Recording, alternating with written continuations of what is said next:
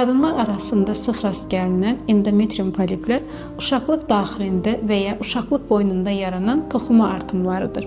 Bu törəmələr çox vaxt xoş xassəli olur və onların bəd xassəli şişlərə çevrilmə ehtimalı olduqca aşağıdır. Bu problem özünü ara qanamalar, menstrual siklin pozulması və sonsuzluqla göstərə bilər.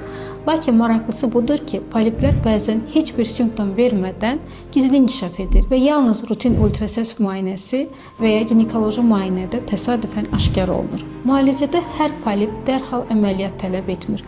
Əgər uşaqlıq daxilindədirsə, gisteroskopiya metodu ilə xüsusi cihazla kənarlaşdırılır. Uşaqlıq boynunda olduqda isə daha rahatdır və fərqli üsullarla götürülür. Unutmayın ki, poliplərin residiv vermə, yəni təkrarlanma riski var. Buna görə də kənarlaşdırıldıqdan sonra təkrar yaranmanın qarşısını almaqdan ötürü mütləq profilaktik müalicələr aparılmalıdır. Bir sözlə, polip tapılıbsa, təşvişə heç bir əsas yoxdur. Sadəcə nizamlı həkim nəzarətində qalmağınız mütləqdir.